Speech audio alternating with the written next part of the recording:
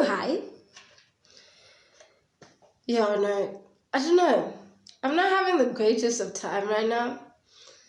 Um, we're in lockdown, looking at apparently a third wave. Well, the country is pretty much open. Everybody's out. There's parties happening. There's events. People are going out, eating out, and all those lovely things. But obviously, I have not been feeling the greatest with my chest infection and all the other things that have been happening with me.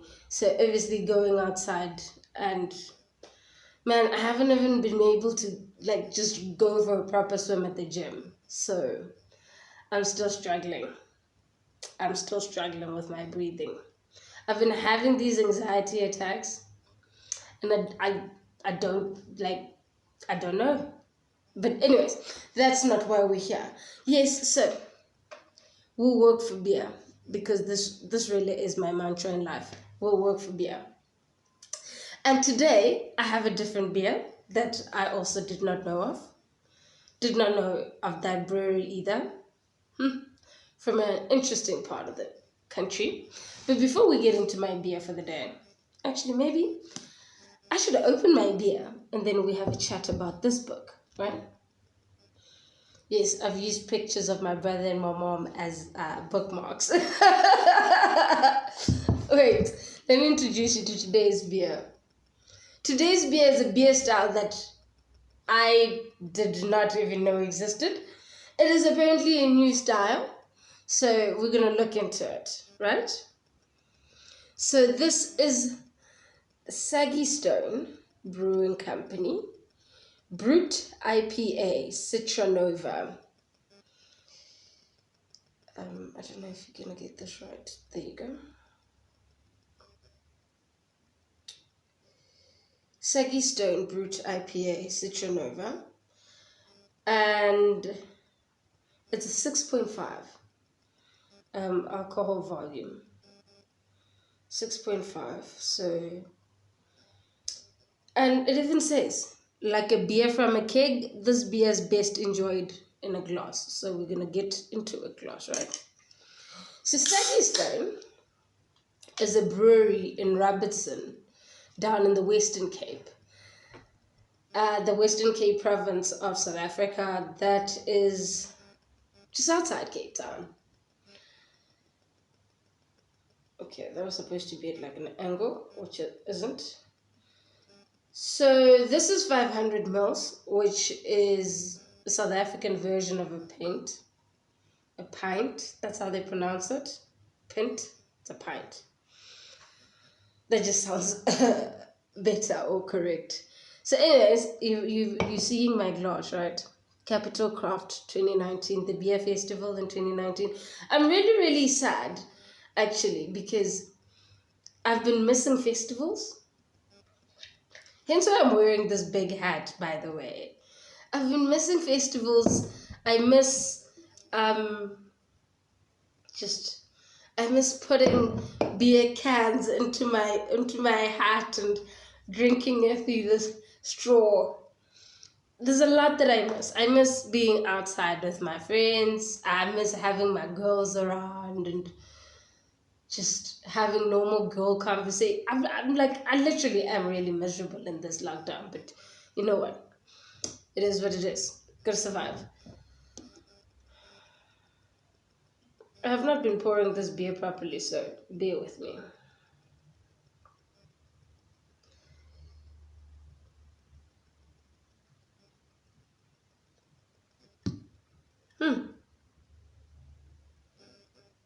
It's a bit of a murky, cloudy color, right?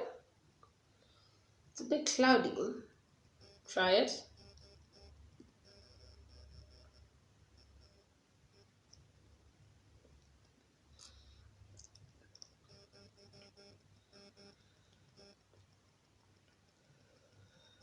That did catch me off guard. Okay. Wait, so hold up, right? this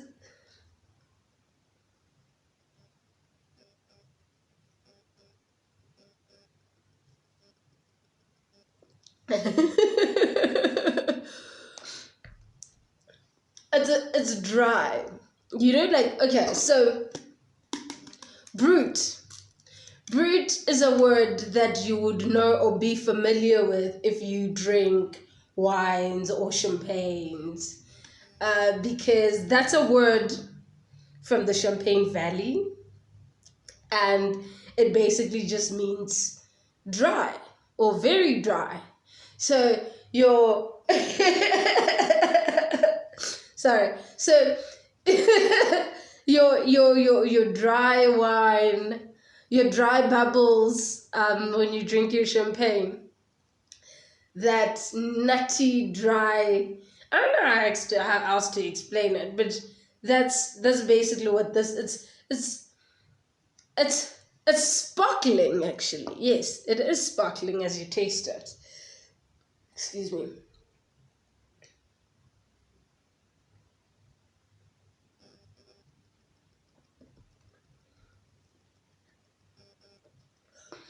It's a bit citrusy as well.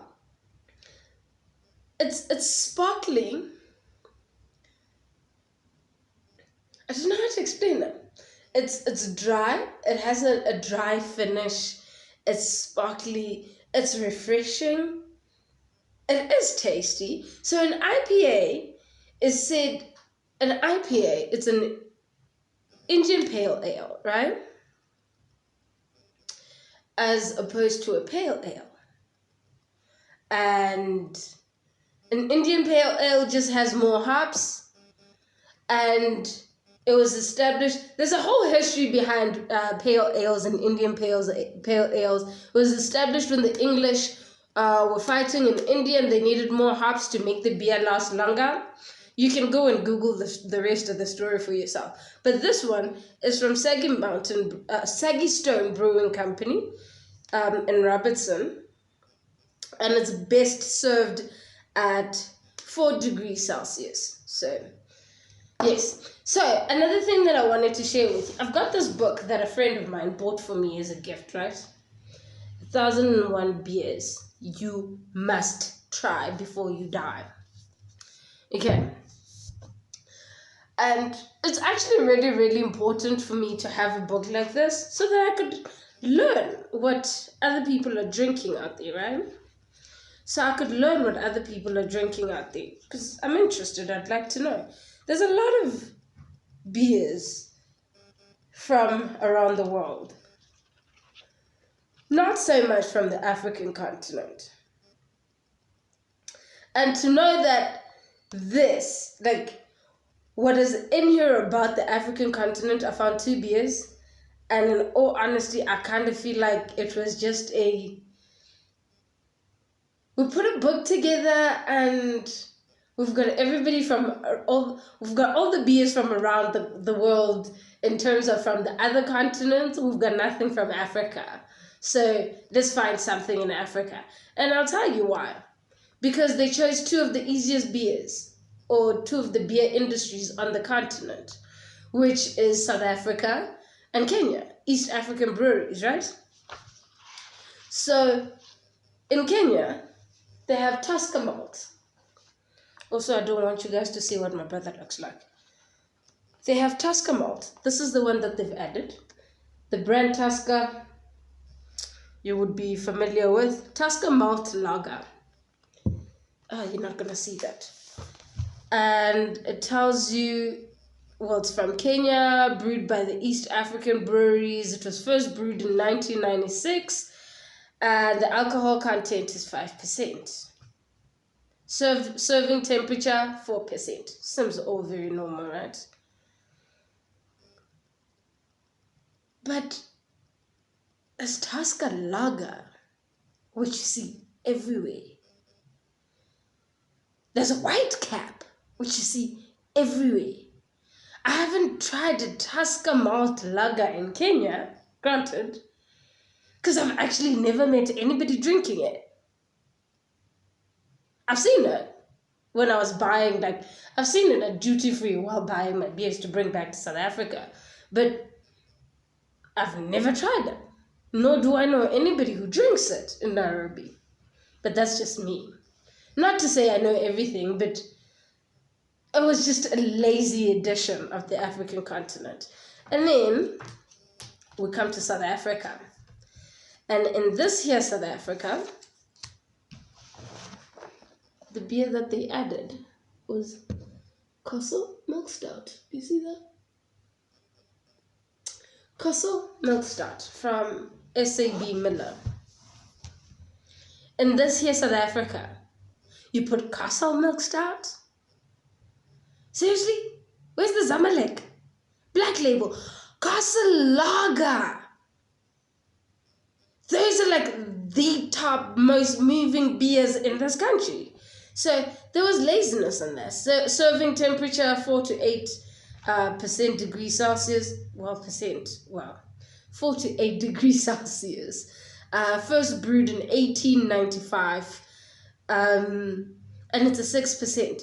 I don't drink milk stouts, so I haven't actually. I should buy one here and try it for Africa through beer. Maybe that would actually be a thing.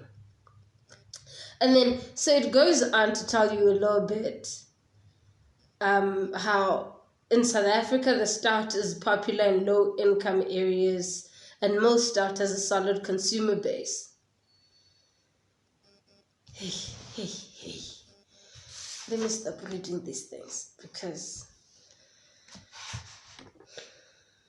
What? Are you insane? But anyways, yeah. So this is 1,001 beers you must try before you die. But it doesn't actually say anything about beers on this continent or tell you our history with beer. It's going to tell you everything about everybody else except us.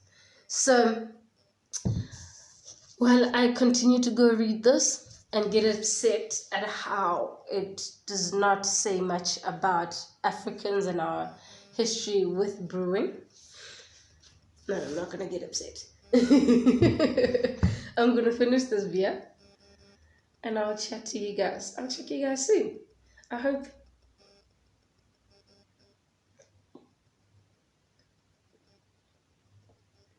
hope you enjoyed this episode of Africa Through Beer. Because I know I've done something really, really wrong and something really, really bad. But check out saggystone.co.za. Find them, Saggystone Brewing Company, on your socials as well. Yes, that's what I was supposed to do. Tell you where to find all these beers. But you can also order yours from beeroclub.net.za. That's where I got mine from. Find Beer O'Clock ZA on Instagram. I am the Solo Wanderer, and this was the Africa Through Beer. Hope you have a good one.